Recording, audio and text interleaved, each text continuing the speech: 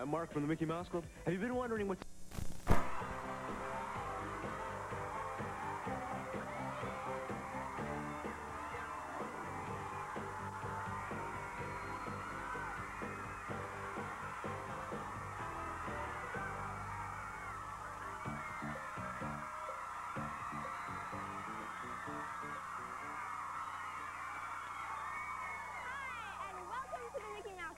It's Thursday party day, and today we're having a baby party. And on today's What I Want to Be, a lucky club member at home got to find out what it's like to be a professional dancer. But now let's find out what today's caseload is like inside Judge Waffler's courtroom. Now entering the courtroom is the defendant, Jack, a simple farmer from Happy Valley, whose adventure with the beanstalk is world-renowned.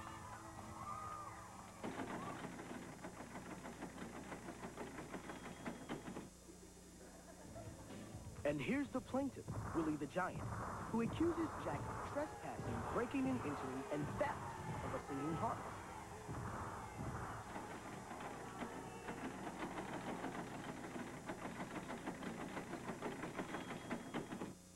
They've come here today to argue their case before Judge Waffler on the Pupils' Court. Willie the Giant versus Jack in the case of the hijacked harp. Court is now in session. The plaintiff will please state his case. P-5-4-bum. He's no hero, he's a bum. Hey, come on. Bum, fo, fi, fee. That's really lousy poetry. Come on, break your face. Break your Order in the court. Order! Go ahead, Your Honor. Thank you. Proceed, Willie. Well, Your Honor, I was at home minding my own business. When this guy climbs up this gigantic weed. Beanstalk. Whatever. He breaks into my house and he steals my most prized possession, my singing harp. Your Honor, I just want my harp back. I don't care what you do with this little runt. Order! Come on. Order! All right. Now, the Giant But, is Your stated... Honor, I object to the word giant. It makes me seem like I'm mean or something. I prefer to be called the remarkably tall person. I object. On what ground? That's stupid. Overruled. Jack, what do you have to say in your defense? Your Honor, I'm innocent. In fact, time calls me a hero. You know, you're a bum. I freed the singing harp, brought happiness to the land, and defeated a giant. The remarkably tall person. A remarkably tall person who has been pillaging the countryside. If anyone should be on trial here, to be him. Yeah, come on. Give a giant a break. Jack, let's stick to the facts.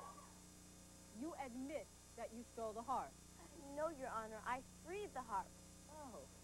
And I suppose next time you'll just walk into a bank and free some money. No, Your Honor. In fact, I'd like to call a witness to the stand. I call the singing harp. Go marching in. Oh, when the saints go marching in. That's my baby. Order! Now, Miss Hart, I realize you've had a very trying experience. Nobody knows the trouble I've seen. You Jimmy crack corn. Jimmy crack corn and I don't care. Jimmy crack corn and I don't care. Jimmy crack corn. I don't care. Order in the court. Now, could you stop singing long enough to answer some questions? All right. Now, young Jack here, he had some beans. Now, cut that out! Miss Hart, what did you sing when I first saw you in the remarkably tall person's castle? Set me free, why don't you, babe? Set me free, why don't you, babe? You see, she wanted me to rescue her, so I rescued her. I didn't want to keep her. All that singing drives me crazy. Crazy about you, babe. Quiet! Your point is well taken. If he wants her back, he can have her. Take me back, take me back. Stop! In the name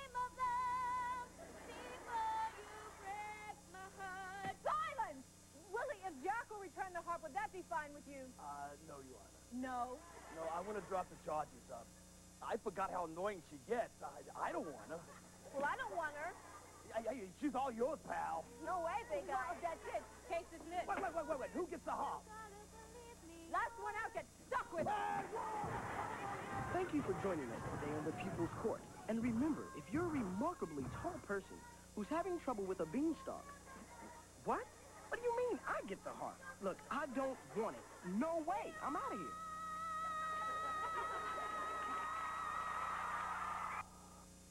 Story of Chase's hair begins in the laboratories of Mouse Co., where young would-be Mouseketeer Chase Hampton arrived one day with a problem. Guys, I need help. Mouse Co.'s crack team of research scientists sprang into action, working day and night to devise the perfect hairstyle. Project Director, Dr. Werner von Erhead. It was an immense challenge. We had to find a hairstyle for Chase that was sturdy, was shock-resistant, and most importantly, totally durable. We commenced by evaluating the parameters of our problem as it related to the boy's head. And soon we were ready to test preliminary designs. We faced one failure after another. Something about the boy's head made conventional designs impossible. It was incredibly frustrating. We had to invent whole new technologies. It was like trying to dig the Panama Canal with only a bent spoon. We made many mistakes. At times, his hair was lacking balance or adhesiveness. At times, it would simply burst into flames. Guys, am I on fire again? After months of trial and error, the scientists devised the perfect hairstyle. Now, all they needed was a way to hold the hair in place. Vast quantities of hair preparation were flown in from all over the U.S., but to no avail. No known hairspray, mousse, or emollient on Earth could do the job. So we had to look elsewhere. The Sea of Tranquility. With the addition of X9, the secret lunar element, they were able to bring the project to a successful conclusion.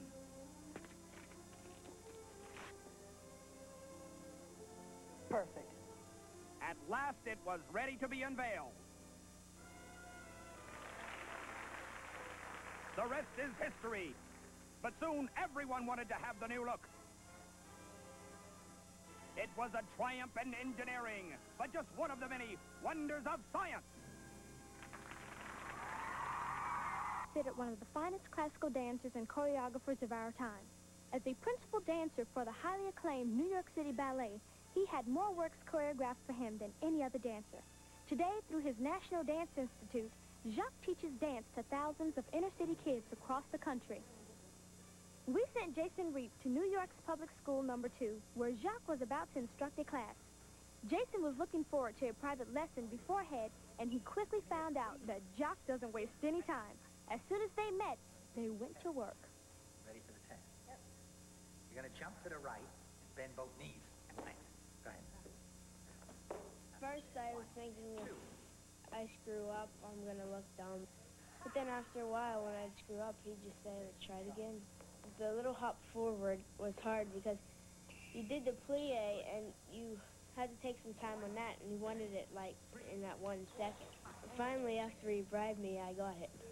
He bribed me by telling me that I could get $1 million, my own jet, a trip to Hawaii for free, and a star of my choice to go with. See what a bribe does? Good. Is it easier for a man to become a professional dancer because there's less of them? First of all, are we talking about dance or ballet? If you're talking about dance, it's much easier for boys to go to dance class.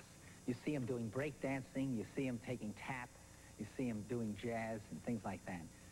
But males going to a ballet class is much harder for them to do it. Because, first of all, most of the class is full of girls, and they're uptight. The class today had plenty of guys, but Jason still couldn't help feeling nervous joining kids who had been rehearsing together for days. I wasn't sure if I really wanted to go up because the kids here are good dancers. And I just felt different. It's like your heart's beating 1,000,000 miles an hour. Fortunately, it didn't take long for Jason to relax and have a good time. His love for dance soon overshadowed any fears he might have had. I think dancing lets you express yourself easier.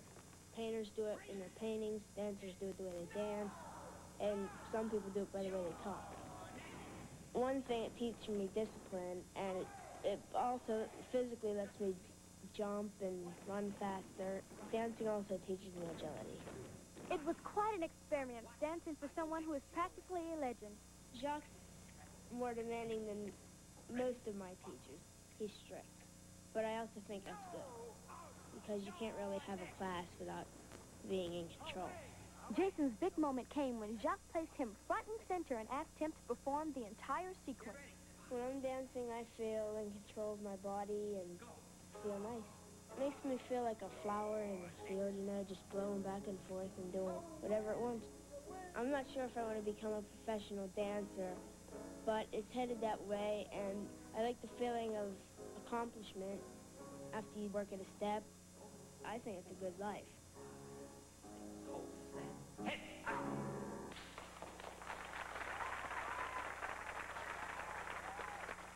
Good luck, Jason. Who knows, you may become another Jacques Demois. Fine.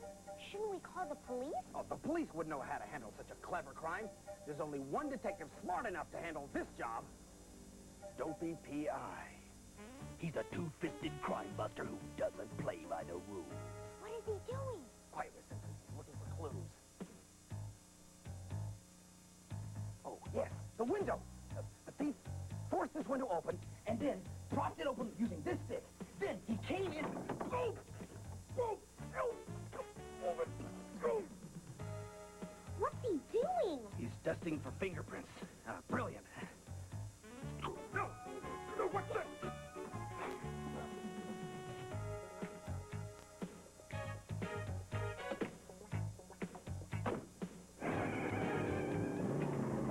It's a wild ride when Dopey explodes into action.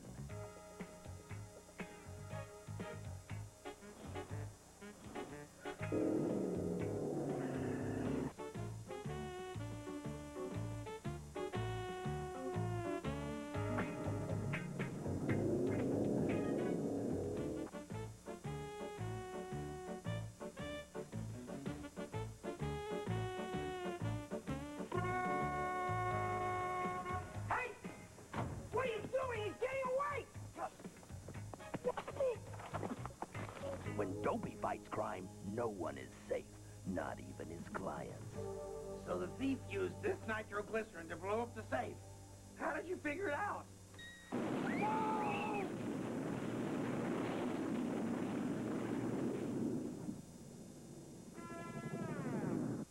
Dopey P.I. Watch out for him. Wednesdays at 9.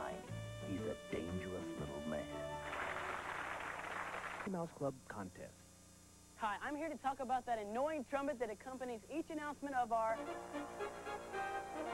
Mouseketeer 4-Day contest. Now, as you've probably heard, we received over 10,000 entries from you.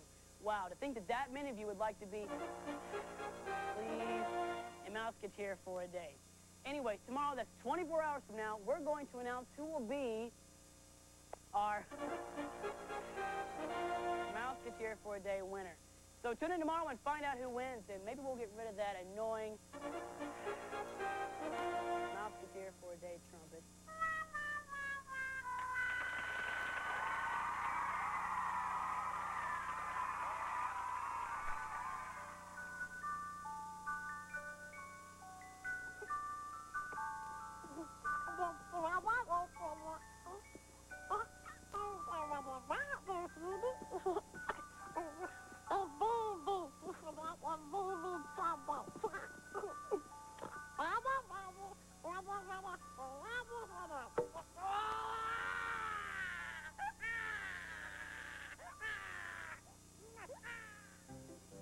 Time now for another look at the world of kitty cuisine as we go dining with Junior.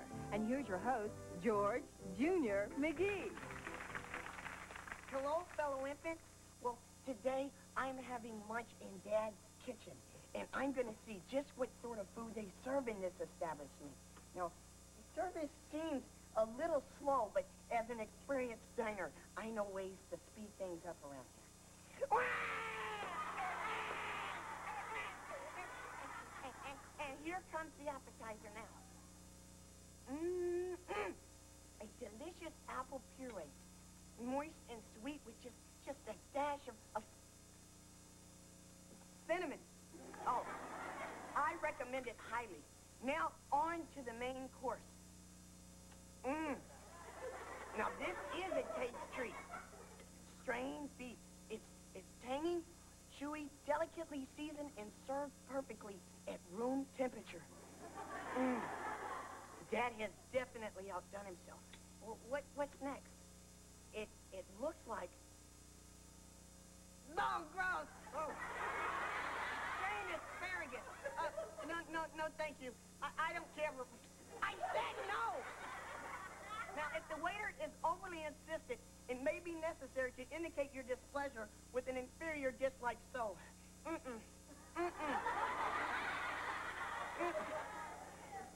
So you see, in this way, you can... No. Oh, pretty clever, aren't you? Well, if you think that... Hey, I'm not kidding here. Well, apparently this establishment has never heard that the customer... Do you mind? That the customer is always right. I suggest you take your business elsewhere. Oh, that does it. You just blew the line, buddy.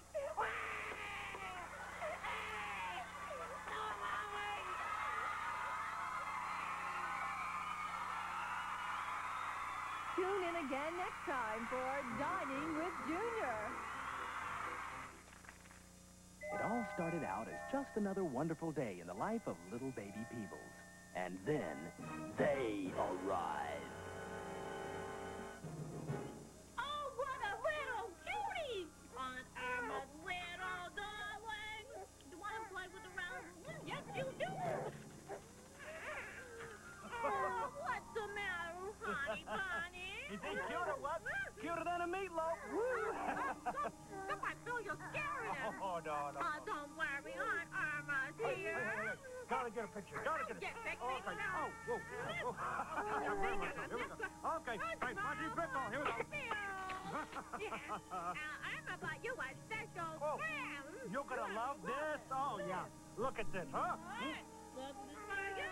Oh, he loves it. Oh, yeah, look at this. Oh, so cute. Let's squeeze his cheeks. Okay. You get the left, I get the right. Here we go. Tales from the Crib. The most frightening movie you'll ever see. Coming soon to a playpen near you. Rated PG-13. No over 13 months admitted. Oh, no.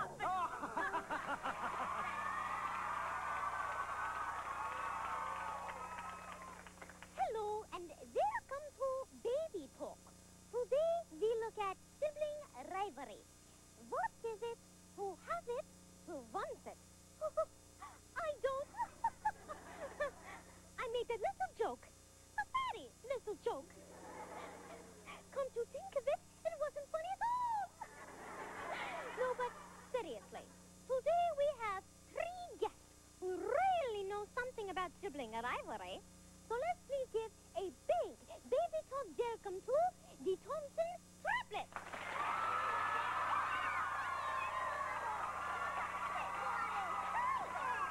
Please, girls, stop it. Mama! No, I'm not your mama, but I wish I were, because you are so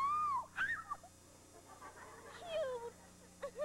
Must be teasing, you little chickens. You're on television. Oh! I don't know why you fight like this. Personally, I think it would be lots of fun to be a triplet. No, but seriously, tell us what it's like being 3 of a kind. 3 new unexpected children simultaneously. The doctor brought us, and you can see that we'll be free forever and A-E-I-O. You would know how agonizing we triple can be. Each one is individually the victim of the clinical day. E-I-O. Every summer we go away. Fun, fun, fun.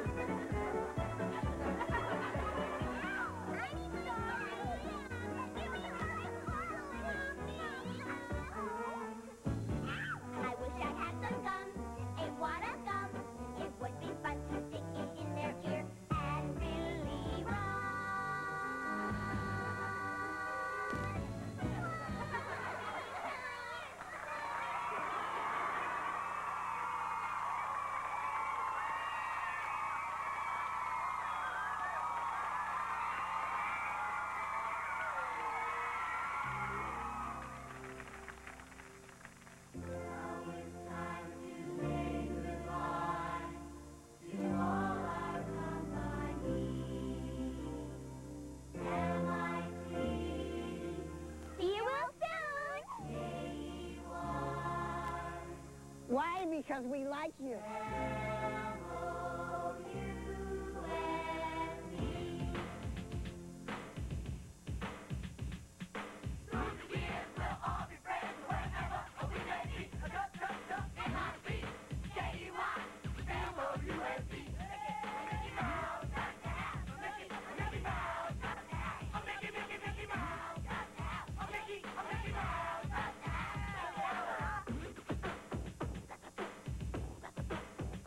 Transportation provided by Delta Airlines, the official airline for kids and the Mickey Mouse Club. At Delta, we love to fly and it shows.